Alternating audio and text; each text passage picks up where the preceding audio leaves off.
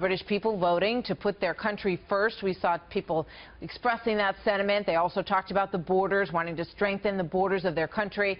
Does all of that sound familiar? Donald Trump arriving in Scotland this morning, held a news conference, praised the Brexit decision, compared British nationalism to his own Make America Great mantra. Watch. People want to take their country back. They want to have independence in a sense, and you see it with Europe, all over Europe. You're going to have more than just, in my opinion, more than just what happened last night. You're going to have, I think, many other cases where they want to take their borders back. They want to take their monetary back. They want to take a lot of things back. They want to be able to have a country again. So I think you're going to have this happen more and more. So is he right? Senior national correspondent John Roberts is on location in Turnberry, Scotland. Good morning to you, John. On the ninth hole of the new Turnberry course, Martha, good morning to you.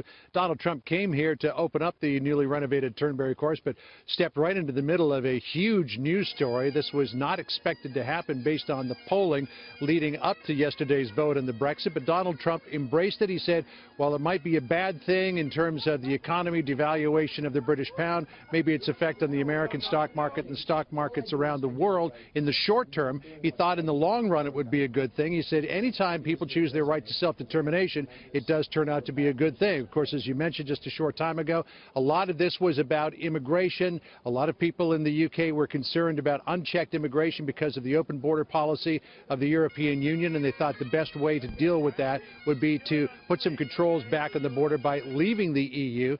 It was an issue that really divided this nation, and in a press conference this morning, Donald Trump was asked what he would do to unite the country. Here's what he said. Well, you unite people by having a happy country.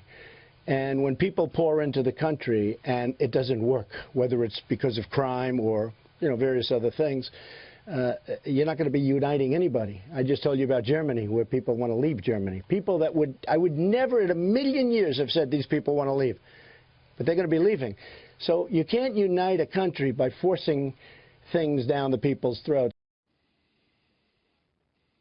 Donald Trump with a reference there to the fact that it's not just here in the UK that people are concerned about immigration and the changing shape of nations. It's also across Europe, and he believes that this could start to unravel the entire EU. And you mentioned just a short time ago that there are people in Scotland here are thinking about another independence referendum, and if they were to win that, Martha, maybe they would rejoin the EU. I asked Donald Trump that specific question, whether he thought that Scotland should secede from the UK and rejoin the EU, but he kind of ducked the question. I think it's one that he really didn't want to answer. Martha? No, probably not standing there on Scottish soil. Get into that one in too much detail.